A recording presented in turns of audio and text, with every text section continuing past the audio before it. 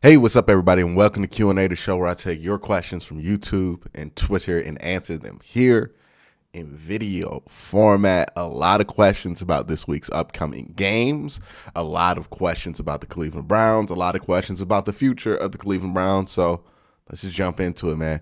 We're going to start with a question from Walton Nature, who says, based on the last 4 years, would you sign Baker and for what length and amount?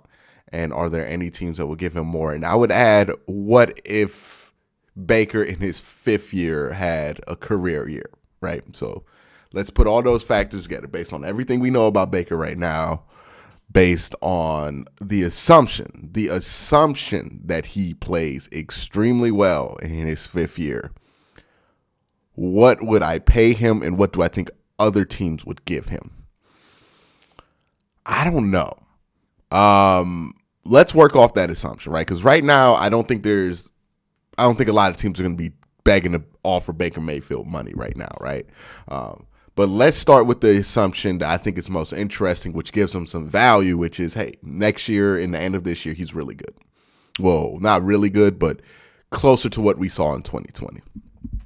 For me, I don't think there is much outside of winning a Super Bowl and MVP that Baker can do that would make me want to commit to him long term anymore. I don't think that's necessarily a statement on how he can play in a given game, but I do think it is a statement on how much you can rely on him, because the real question about Baker Mayfield is, even if he does have a great year next year, right? Do you trust him to be good the year after? And do you trust him to be good enough the year after that you're going to throw a bunch of assets here? Because I feel like the cycle has been with Baker Mayfield. He plays really good. We get excited. We put a lot of investment into building around him and then building the team up around him. And then that year comes, disappointing year, kind of falls on our face. The year after, boom, excites us again. We invest around him again and then fall flat on our face. This has happened like 4 years. That's the pattern. So if he's good in year 5 and we invest in him again and we put a bunch of stuff around him again and we go all in around Baker Mayfield, whose fault is it if that blows up in our face again? Like, is it really Baker Mayfield's fault, or is it our fault for not realizing that pattern? At this point, I'm not willing to invest long term in Baker Mayfield unless he achieves something incredible. I think the future for Baker Mayfield and quarterbacks of Baker Mayfield's caliber is more short-term deals. I think we're going to see guys like him, guys like Kirk Cousins, the Andy Daltons of the world, the guys who in the past generation used to get these like 6-year contracts that weren't necessarily the top money, but were around pretty good money for an NFL player, right? I think that's what used to be the normal for a lot of these quarterbacks. I think what's going to change is those quarterbacks aren't going to be paid long term. Now, why is this my thinking? Well, if you just look at all the quarterbacks who teams have committed to long term but didn't want to spend a ton of money on, those almost never work out. Most of those guys are on different teams, right? We look at Carson Wentz, he's on a different team now. We look at Jared Goff, he's on a different team now. Matthew Stafford, he's on a different team now. I mean, how long until Derek Carr goes to a different team? Just because, do the Raiders really have Super Bowl hopes around Derek Carr? Not saying Derek Carr can't win a Super Bowl, but he's not the type of player that's going to carry you to a Super Bowl. So he's not going to be worth the money that you would have to pay a quarterback long term. And that usually, like Kirk Cousins, right? They paid Kirk Cousins all that money. What did they really get out of that deal, right? The furthest they've ever gotten to playoffs was when Kirk Cousins wasn't there, right? So it's one of those things that I think people are starting to realize that, hey, look, the Patrick Mahomes of the world, the Lamar Jacksons of the world, the Aaron Rodgers of the world, their money's going to get much better, right? Like if they're going to get 40, 50, 60 million dollars at times, like their money's going up. But the middle class of quarterbacks, I think that's going to not exist in the next few years, because I don't think teams are going to pay long-term big money for those guys, because what analytics and what, not even just analytics, what the results of those contracts have bared out is that those guys don't even give you a consistent chance to make the playoffs. So why even pay that much money for a quarterback if you don't think they can give you a consistent chance to make the playoffs? If you think your quarterback is good enough to carry you to the playoffs year in and year out, he's worth it, right? Nobody's ever complained about, when Ben was good, nobody complained about the money that Big Ben's making, right? Nobody really is going to complain about the money that Lamar's making, because Lamar makes you a perennial playoff contender. Same thing with Aaron Rodgers, right? They always make the playoffs there. Where that money becomes an issue, guys like Matthew Stafford, who can't carry a team to a playoff, Kirk Cousins and so on and so forth, right? Derek Carr, all these guys who are good. They're not bad quarterbacks. They're much better than the alternative, but what's the difference from that and the alternative if you're not even making the playoffs consistently? And I think that's where we're going to be heading down. I think a lot of quarterbacks are going to become a lot more attainable. So getting somebody that's that level might not be as difficult as it has in years past. But I think also the guys who are really good, they're going to get paid a lot more money, right? There's going to be a QB gap there when it comes to pay. And I think also when it comes to years. So I don't think that the Browns will go anything more than technically a 3-year deal, but really a 2-year deal with a 1-year cutoff. And I think that's probably the longest extension Baker Mayfield's going to see from the Cleveland Browns, depending on what he does. And, that's where I think I would be at with him, is like, hey, maybe we could figure out a way to make this this 5th-year option a little bit cheaper and give you security for that 6th year. And that way we can have security so we don't have to franchise tag you and pay you that $40 million. We can give you that 20. I think that's going to be what this team's on. I don't think they're going any further than that, though. The next question comes from Brawley, who says, with the severity of Jack Conklin's injury, how good Joe Betonio's looked at left tackle, do you think the Browns will consider rolling into next year with Jedrick Wills at right tackle and keep Joe at left tackle? You would have to act. I don't have enough information with how comfortable Joe Betonio is at playing left tackle. Now, let's not forget, Joe Betonio's been in this league for 10 years as a guard. He probably doesn't want to play left tackle, right? He probably wants to go back to playing guard. He does left tackle kind of like break glass in case of emergency, and he's really good at it because he's Joe Betonio and he's just a really good offensive lineman. But I don't think Joe Betonio wants to be the left tackle, right? Especially after signing an extension at guard money. I don't think he wants to all of a sudden then, have to do more work. But yeah, it's an intriguing idea. I'm interested to see, maybe this week they could do that, right? Because it looks like Jedrick might come back this week. So you could have Joel on that left side, put Jedrick on that right side when Jack Conklin's not here. We could test that out, right? Maybe Jedrick's a little bit more natural on his right side.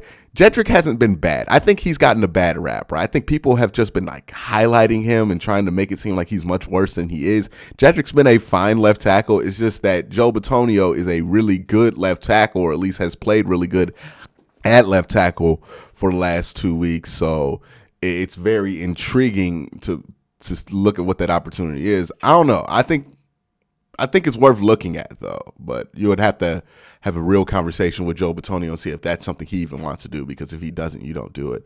The next question comes from Soul Train, who says, how many points do the Browns need to score against Pittsburgh to give you peace of mind going into the finale against Cincinnati?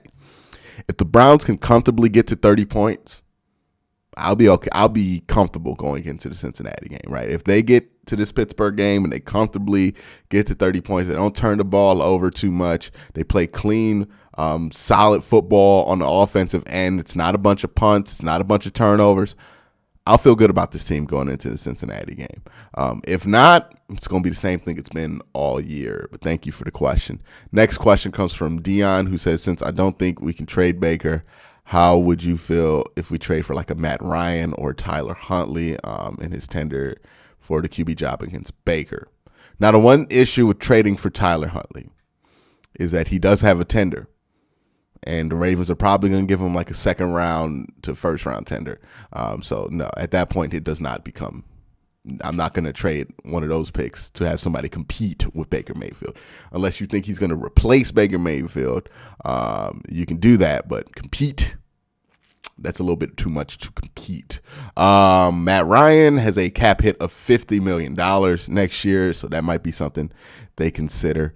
And also, again, do you really want to replace Baker Mayfield with somebody who's okay, right? Like, if we're going to go and spend assets on replacing Baker Mayfield, you should swing for the fences, right? I mean, like, you should swing for Russ. You should swing for Aaron Rodgers. You should swing for those types of options. Replacing Baker with somebody who's going to be more consistent and slightly better than him, but not necessarily like going to carry the team. I just don't know why you would do that, right? I would just be more comfortable trying to find that guy in free agency. I don't think you need a transition guy. I think Baker Mayfield can be a transitional quarterback, and that's what Matt Ryan would be, is another transitional guy. So, unless you're going, like, my only thing about replacing Baker Mayfield for next year is that if you're going to do it, it really needs to be with somebody who is much better than a transitional quarterback. And right now, I don't think Matt Ryan's much better than that. The next question is from Kevin, who says, how would a QB that runs a lot affect the Browns' current offense? Could getting a running QB make the Browns more dynamic and less stagnant on offense? This is a very intriguing question because I have thought about this. The ideal of the Browns having what they have at running back and a more mobile quarterback is very intriguing, right? Because I joke a lot about the triple option stuff, but you could legitimately run some triple option stuff. And I think for a team that runs as much as the Cleveland Browns, for a team that has as many issues in the passing game as the Cleveland Browns have had, and has had these predictability things with the run game, having, a triple option like effect like the Ravens do with the run game could be something that could really fix a lot of things. Now, again, it's up to how much teams want to commit to that ideal. I think it would be a great idea. And also, I think if the Browns do look at a young quarterback in the draft this year, that's probably going to be one of the things they look for, because if you're going to have a guy play that's very young, the best way to support him is to put him in a situation like that where he can run, you can have other guys take the load, and it can be less complex for the quarterback in those type situations. So, yeah, I really like that idea. I think there's something to be taken there, because imagine if you have Nick Chubb, a valuable threat at the quarterback position to run, and then Kareem Hunt back there all in one formation. The misdirections that you can do would be pretty crazy. The next question comes from Charles Cummings Sr., who says, hey, Quincy, what's your opinion of all the negative talk about Baker Mayfield and especially the crazy death threats? Man. So this is something I've noticed with the internet. Just my short time being somewhat of a presence on the internet. It seems to me that there are a lot of people who don't know how to criticize a player, a coach, anything, a public figure, without resorting to outright disrespect, right? Like, there is a line to where you can criticize and be in the realms of respect and not, right? Like, and it just strikes me that these are a lot of people who have not had a lot of experience maybe criticizing things or being critical to people in their face, right? Like having to say tough things to people about their performances at things to their face, right? Because you learn how to tote that line a little bit when you're in a situation where you have to be critical to somebody, but you got to do it to their face. Like, a lot of this screams about, people just being critical, but like being critical in the comfort of not having to see how it affects the person that they're criticizing. And when it comes to football, and look, this happened with Odell, and I said something about it when it was Odell. It's happening with Baker. we get to the point where, these hate trains come for players, and it no longer becomes about football. It no longer becomes about your opinion of them as football players. It comes about how much you can disrespect them and how disrespectful you can be to them. And like I said with Odell, there's a line that you don't need to cross that a lot of people cross. A lot of people make it personal with Odell for no reason. Same thing's happening with Baker right now. People are making this personal with them, and there's really never a need to get personal with it, right? If you don't think he's playing good football, we can say that. We can talk about him not playing good football. That's not disrespectful. But when we start to insinuate things about his mental health, or when we start to, send things like death threats, it's just never okay. So, it's one of those things that happens on the internet. I just feel like people don't know how to criticize people on the internet without being like ridiculous. And it's disappointing because it leads to all of the reactive culture that you see on the internet where people don't have conversations. They just try to figure out how to dunk on people, or make people look bad instead of actually trying to figure things out.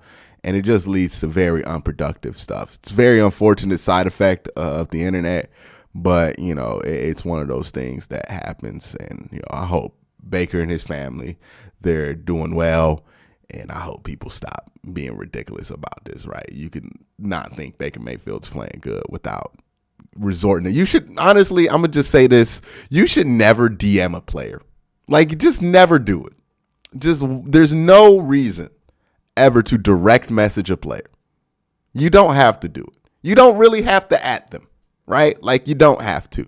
But you definitely should never DM players family, and just stop doing that stuff. Like, unless they ask you to send them a message, just stop DMing players. It's never a good idea. What good can really come out of it? The next question comes from Soul Train, who says, even though it's difficult not to think about changes that might happen in the offseason, but how much does the Browns making or not making the playoffs can impact what changes they can make? I don't think it does.